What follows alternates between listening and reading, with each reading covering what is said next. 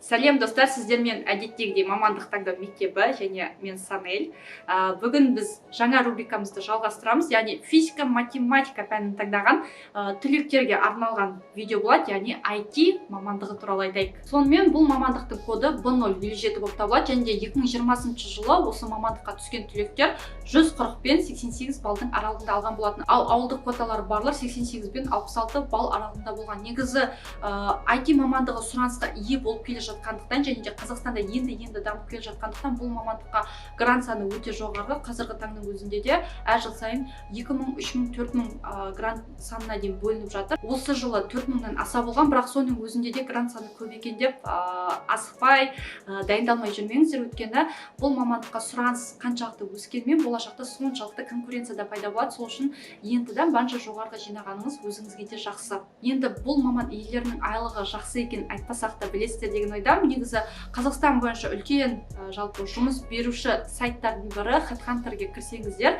IT мамандарын жалпы керек етіп жүрген компаниялар негізі 200 мың, 300 мың, 400 мыңға дейін айлық табыс бере алады. Одан бөлек белгілі бір компанияларда жұмыс жасайтындар тек қана 200-300 мың емес, миллионнан асада табыс табады. Негізі айтишниктер 3 түрлі жерде жұмыс жасаса болады.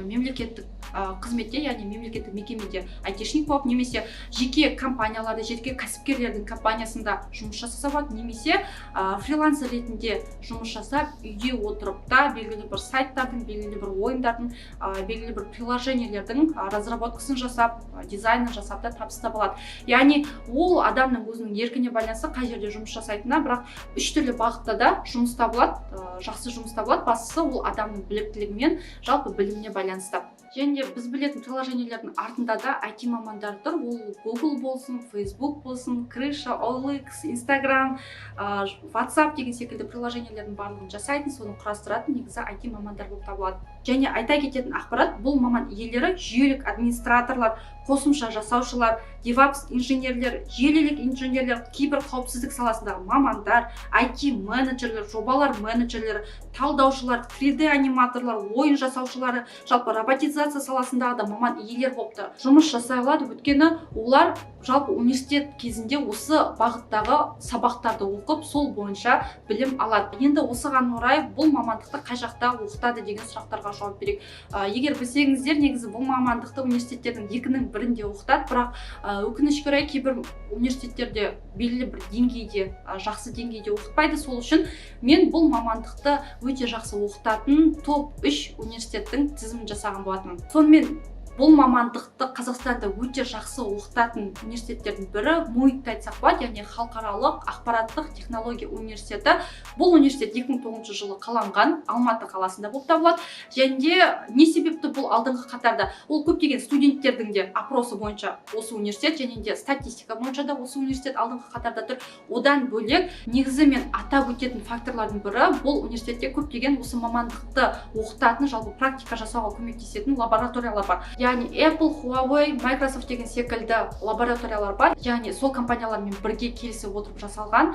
Сол арқылы сіздер өздеріңіздің біліктіліктеріңізді арттырып, тәжірибе жасап, жақсы маман иесі болып шыға аласыздар. Екінші жақсы оқытатын университеттердің бірі ол СДУ, яғни бұл университетті мен обзорда көрсеткен болатын. Егер көрмесеңіздер, міндетті түрде қарап шығыңыздар. Бұл университет туралы біз ашып көрсеттік. Ол жерде де ақпараттық технология туралы да айтылған болатын. Бұл университетте негізі ақпараттық технология мамандығын, яғни IT мамандығын ағылшынша оқытады.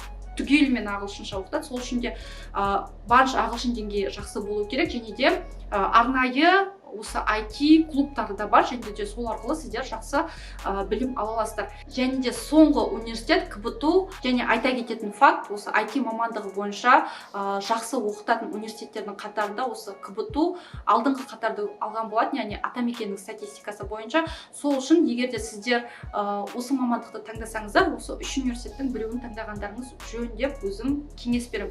Одан бөлек тағы да жақсы оқытатын университеттердің бірі ол Астанадағы IT университетін айта аламын. Ол университеттерді де бір кішігірім қарап шықсаңыздар болады. Сонымен достар, бүгін біз жаңа рубрикамызды жалғастырған болатынбыз. Физика, математикаға қатысты IT мамандығын айтып, ашып түсіндірдік. Сіздерге түсінікті болды деген ойдамын.